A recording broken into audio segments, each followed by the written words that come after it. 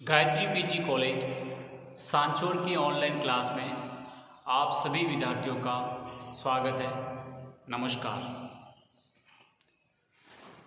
प्रिय विद्यार्थियों, BA second year राजनीति विज्ञान विषय के अंतर्गत हमारे प्रतिनिधि राजनीति विचारक थॉमस हॉब्स जिनका आज हम अध्ययन करने जा रहे हैं।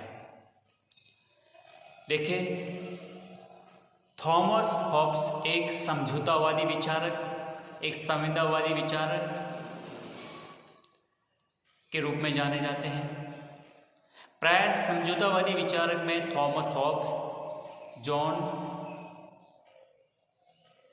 जॉन लॉक तथा रूसो, हॉब्स, लॉक और रूसो तीनों को प्राय समझौतावादी विचारक कहा जाता है। लेकिन तीनों के ही इस समझौतावादी विचारक में थोड़ा बहुत परिवर्तन है। तो अब हम समझेंगे शुरुआत में सबसे पहले थॉमस हॉब्स कि थॉमस हॉब्स ने राजनीति विज्ञान विषय के अंतर्गत राज्य की उत्पत्ति के संबंध में क्या क्या विचार प्रदान किए हैं तथा उनके राज्य के संबंध में, शासन के संबंध में, व्यक्तिवादी के संबंध में क्या क्या प्रमुख सिद्धांत दिए, उनको एक एक करके हम आने वाली कक्षाओं में डिटेल से अध्ययन करेंगे। तो आज हम शुरुआत करने जा रहे हैं थॉमस हॉब्स के बारे में। थॉमस हॉब्स के बारे में अध्ययन करने से पहले थोड़ा बहुत हम उनके जीवन परिचय के बारे में अध्ययन करेंगे। लेकिन इससे पहले सबसे पहले आप हमारे YouTube चैनल को सब्सक्राइब कर दीजिए तथा बेल आइकन के बटन को प्रेस कीजिए ताकि जो भी नई अपडेट हो उसका नोटिफिकेशन तुरंत मिलता रहे और आप अपने घर बैठे ऑनलाइन कक्षाओं का लाभ लेते रहें। तो आज हम शुरुआत करने जा रहे हैं थॉमस हॉब्स के बारे में। तो आइए हम उनके सबसे पहले जीवन परिचय के बारे में कुछ देखते हैं, समझते हैं, फिर आगे बढ़ेंगे। क्योंकि मैंने आपको पिछली कक्षाओं में भी दोहराया और आज भी दोहरा हूँ, कोई भी विचारक है वो अपने जीवन के घटनाक्रमों से बेहद प्रभावित होता है। अपनी लेखनी पर, अपने विचारों पर, अपने चारों तरफ जो वातावरण में घटनाएं घटित होती हैं उनका बेहद प्रभाव पड़ता है। हमने मैकियावेली पढ़ा, मैकियावेली बारे में यही था। और आज हम थॉमस हॉब्स के बारे में पढ़ रहे हैं तो उनके जीवन में भी जो कुछ घटनाक्रम होता है उनका पूरा उनके पूरे साहित्य पर प्रभाव पड़ेगा या पड़ता है, हम देखते हैं। तो देखो, सबसे पहले बात करते हैं थॉमस हॉब्स के जन्म के बारे में। हॉब्स का जो जन्म है वो 1588 में इंग्लैंड के मेल्समबरी, इनका जन्म इंग्लैंड में हुआ था और इंग्लैंड में मेल्समबरी एक बहुत बड़ा नगर है, उसके अंतर्गत वेस्टपोर्ट, मेल्समबरी के पास में क्या है, वेस्टपोर्ट एक जगह का नाम है, वहाँ पर इन्हों हुआ था। इसलिए आपको याद रखना है कि इंग्लैंड के बड़े नगर मेल्समबरी के पास वेस्टपोर्ट एक छोटा सा नगर है, वहाँ पर इनका जन्म हुआ था। किनका? हॉब्स का। कब? 1588 में। ठीक है, ये उनकी जगह स्पष्ट हो गई कि मेल्समबरी के पास वेस्टपोर्ट में। इसी वर्ष इंग्लैंड में ऑर्मेडा का युद्ध हुआ। अब देखो, जन्म हुआ, अब देखो संयोगी देखिए, जन्म हुआ इसी वर्ष 1588 में ऑर्मेडा का युद्ध हुआ और ऑर्मेडा के युद्ध के बाद में ब्रिटेन में चारों तरफ भय का वातावरण पैदा हो गया।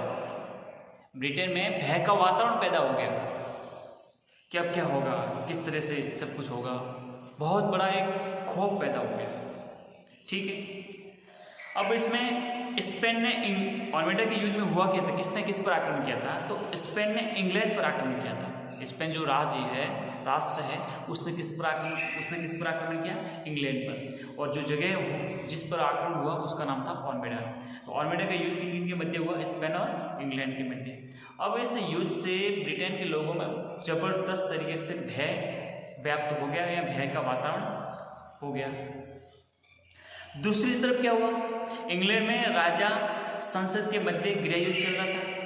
अब देखो, राजा और संसद, क्योंकि लोकतंत्र में सबसे पुरानी जो संसदीय व्यवस्था वो इंग्लैंड की।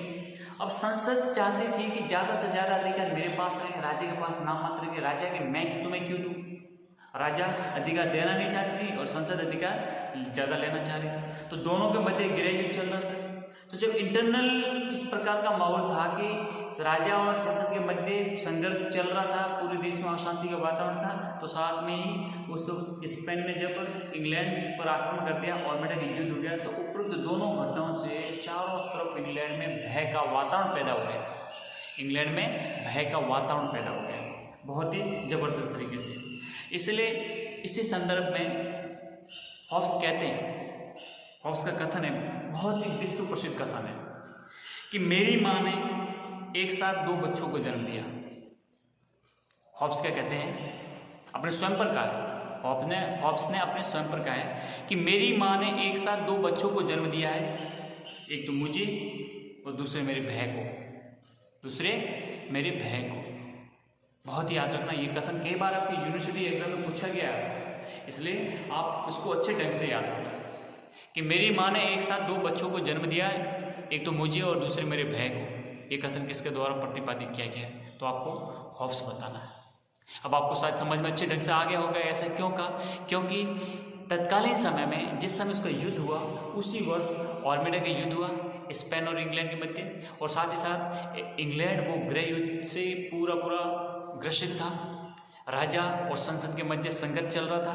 तो जब इंटरनल और एक्सटर्नल दोनों तरीके से इंग्लैंड घेर चुका था, इंग्लैंड में चारों तरफ बहुत ही खौफजनक और भय का वातावरण पैदा हो चुका था।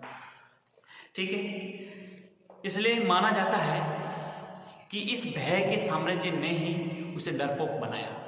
यानी हॉब्स बहुत डरपोक किस्म के व्यक्ति थे, और इन दोनों घटनाक्रम से ही उसके जीवन पर भय का बहुत बड़ा प्रभाव पड़ा और उसे डरपोक जीवन बनाया। जबकि वो एक पादरी का पुत्र था, एक पादरी का पुत्र होने के नाते भी इतने बड़े डरपोक थे, तो ये उनके भय का कारण यही था, इन दोनों घटनाओं का कारण।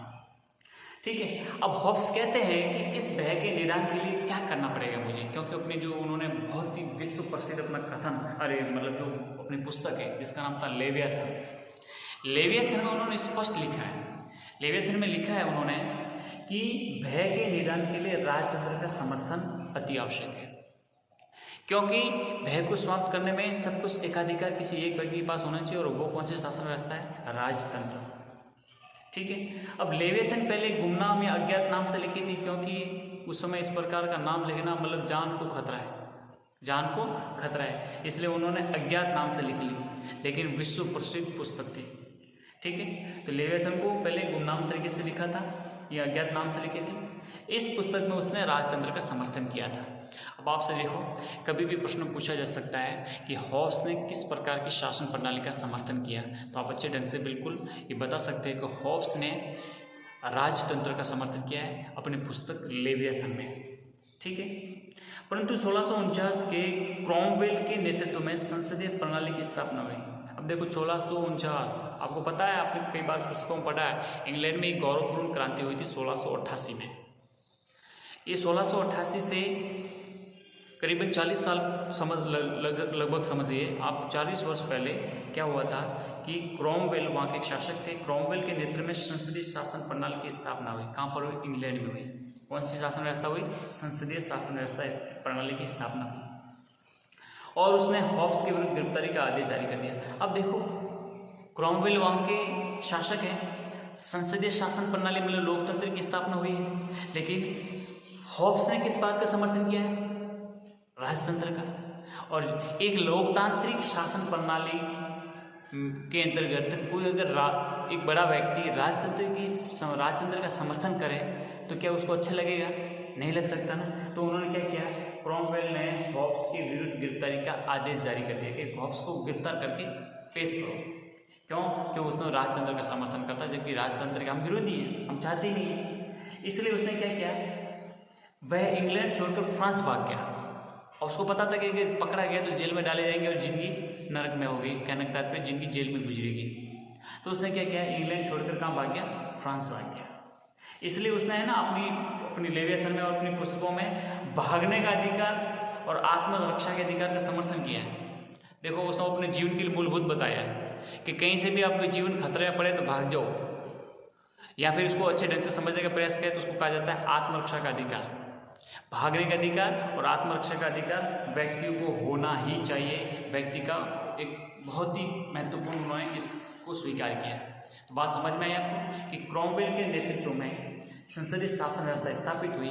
और जब क्रोमवेल को पता लगा कि ये हॉब्स तो समर्थन कर रहे हैं राजतंत्र का, तो ऐसे राजतंत्र व्यक्ति तो मेरे लिए भी कभी बहुत बड़ा खतरा हो सकते हैं, तो उन्होंने फिर क्या किया, उसको गिरफ्तारी के आदेश जारी कर दिए।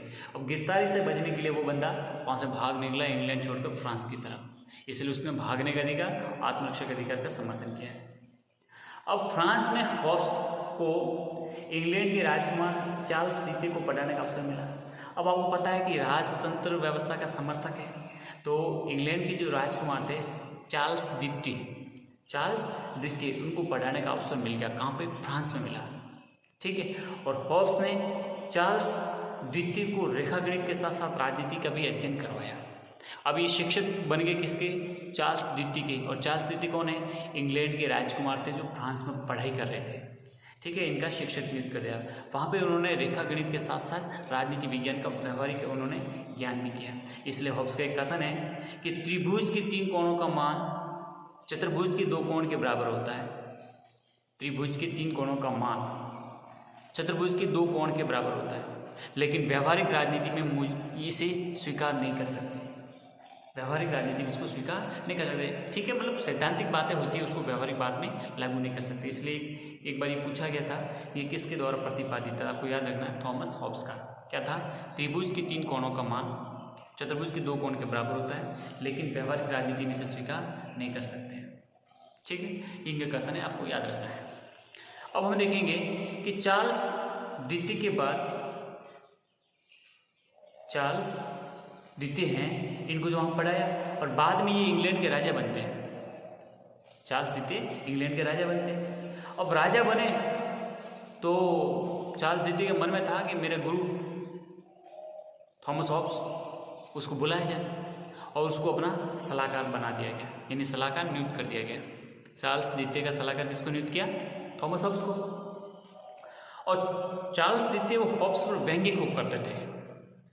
चार्ल्स द्वितीय शासक बने और उसके बाद में ये पहले से व्यंग्य खूब करते थे, क्योंकि राज परिवार के राजकुमार थे, तो व्यंग्य क्या बहुत ही उन पर व्यंग्य क्या करते थे।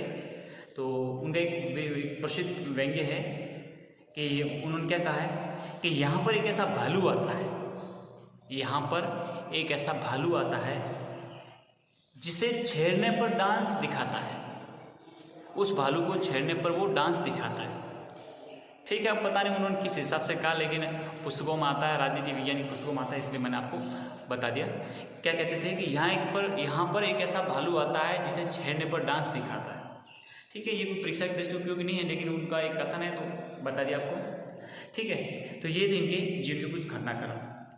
ठीक है, अब देखो मैं एक बार पुनः आपको स्मरण करा देता हूँ कि हॉब्स के इंग्लैंड से फ्रांस जाने का कारण इंग्लैंड में गृह युद्ध का प्रारंभ होना था और दीर्घ संसद को प्रधानता प्राप्त हुई। अब देखो, भागने का कारण गिरफ्तारी था ना, गिरफ्तारी के साथ साथ और भी इसको रीजन गहराई में देखें तो एक ये था कि इंग्लैंड में गृह युद्ध का प्रारंभ हो गया था। इंग्लैंड में क्या हो गया था? गृह युद्ध प्रारंभ हो गया था और दीर्घ संसद को प्रधानता प्राप्त हुई। दीर्घ संसद मतलब ये क्रोमवेल के नेतृत्व में इस संसद को प्रधानता प्राप्त हो गई थी। इसी समय निरंकुश राजतंत्र के 2 मुख्य समर्थक लॉर्ड तथा स्टेफोर्ड को जेल में डाल दिया, जो निरंकुश राजतंत्र का समर्थन करते थे।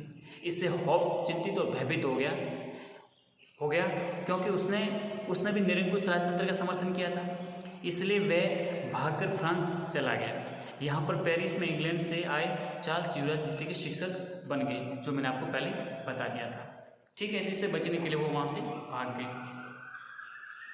अब हॉब्स के समय इंग्लैंड का जो इतिहास है वो आवेशपूर्ण रहा। आवेशपूर्ण मतलब भयजनक रहा हुआ है। गृह युद्ध में 1646 में चार्ल्स प्रथम का सिर काटकर राजतंत्र को नष्ट करने तथा राजतंत्र के स्थान पर गणतंत्र की स्थापना। पुनः 1660 में चार्ल्स द्वितीय की अधीनता में राजतंत्र की पुनः स्थापना हॉब्स ने अपनी आंखों से देखा। सोचो, अब चार्ल्स प्रथम का गर्दन काट के लटका देना, राजतंत्र को नष्ट कर देना 1646 में, 1646 में। फिर वहाँ पर राजतंत्र को खत्म करके गणतंत्र की स्थापना हुई। लेकिन पुनः एक बार 1660 में जब चार्ल्स द्वितीय की अधीनता में राजतंत्र की पुनः स्थापना हुई, तो ये सब अपनी आंखों से देखा, किस प्रकार से राजा को मृत्यु की गई, किस प्रकार से फिर राजा के पुत्र को पुनः वहाँ पे शासक बनाया। ये सब अपनी आंखों से देखा, तो इन सब का उसकी विचारधारा पर बहुत ही गहरा प्रभाव पड़ा। इन सब का उनके विचार पर बहुत गहरा प्रभाव पड़ा। ठीक है, और इन घटनाओं के कारण जन्मजात डरपोक स्वभाव ने उसके मस्तिष्क पर अराजकता के प्रति घृणा उत्पन्न की। अब देखो, मैंने आपको पहले बताया था कि जन्म हुआ तो ऑर्मिडा का युद्ध, जन्म हुआ उस समय इंग्लैंड में गृह युद्ध, फिर जब बड़ा हुआ तो फिर उन्होंने चार्ल्स प्रथम जो शासक थे उनकी हत्या कर दी गई थी, और उनके जो बेटा था उसको भागकर वहाँ पे फ्रांस में शरण लेनी पड़ी। फिर ये भी खुद राजतंत्र का समर्थन किया था, इसलिए ये भी भागकर वहाँ गए। फिर उन्होंने वहाँ शासक को शिक्षा प्रदान की। लेकिन जब चार्ल्स प्रथम की हत्या करके राजतंत्र के स्थान पर गणतंत्र स्थापित किया और गणतंत्र लंबे समय तक चल नहीं पाया, तो पुनः राजतंत्र की आवश्यकता हुई। चार्ल्स द्वितीय को वापस गद्दी पर बैठाया, तब इनको सलाहकार नियुक्त किया। तो आप देखेंगे कि इनके जीवन में बहुत ही अराजकता का माहौल बना, बहुत ही डर का माहौल बना, उनके मस्तिष्क पर डर हमेशा हमेशा के लिए स्थापित हो गया। ठीक है, तथा इस बात की ओर बल दिया कि सभ्य और प्रगतिशील जीवन की प्रथम शर्त एक दृढ़ और शक्तिशाली सरकार में है। अब इसने कहा है कि जब देखो कितनी अस्थिर सरकारें हैं, सरकार में शासक बहुत ही कमजोर है, कभी ये कभी वो गृह युद्ध और बाह्य आक्रमण का सबको सामना करना पड़ रहा है, तो इसका निदान कैसे, इसका समाधान कैसे ढूंढ सके। तो समाधान ढूंढने के लिए उन्होंने क्या कहा कि सबसे बेहतर सभ्य जीवन और प्रगतिशील जीवन की शर्त यही है कि एक दृढ़, एक मजबूत और एक शक्तिशाली सरकार की स्थापना हो, जिसकी प्रजा है वो पूर्ण समर्थन की भावना के साथ उसके साथ रहती हो। कहने का तात्पर्य, जिसके प्रति प्रजा पूर्ण समर्थन की भावना रखती हो उस सरकार के प्रति। बात स्पष्ट हुई। तो मतलब यह भी एक अपने जीवन से बहुत ही दुखी होकर उन्होंने कहा कि जब तक एक मजबूत, सशक्त और शक्तिशाली सरकार नहीं होगी तब तक इन सबसे मुक्ति नहीं मिल सकती। इसलिए बेहद जरूरी है कि एक शक्तिशाली और दृढ़ सरकार स्थापित हो। इसलिए उन्होंने हमेशा कहा है कि ये सब कुछ राजतंत्र में ही संभव है, और राजतंत्र की उन्होंने इस बात पर पूरा समर्थन किया है। ठीक है, तो ये थे इनके जीवन के कुछ घटनाक्रम और कुछ इनके जीवन के परिचय के बारे में। अब इनकी कुछ रचनाएं हैं। एक रचना है जिसका नाम है डी सीवे, दूसरी है एलिमेंट्स ऑफ लॉ, तीसरी है लेवियाथन, चौथी है डी कॉर्पोरे, पांचवी है डी होमिने, छठी है मैन ऑफ सिटीजन, सातवीं है बैथल होम, और आठवीं है डी कोरे ऑफ पॉलिटिको। ठीक है, आपको इसमें से प्रमुख तौर पे 3 पुस्तकों के याद नाम रखने हैं। सबसे पहली पुस्तक है लेवियाथन, क्या नाम है, लेवियाथन। दूसरी है एलिमेंट्स ऑफ लॉ, तीसरी है डी सीवे। ठीक है, इन 3 पुस्तकों का आपको अच्छे ढंग से नाम याद रखने हैं।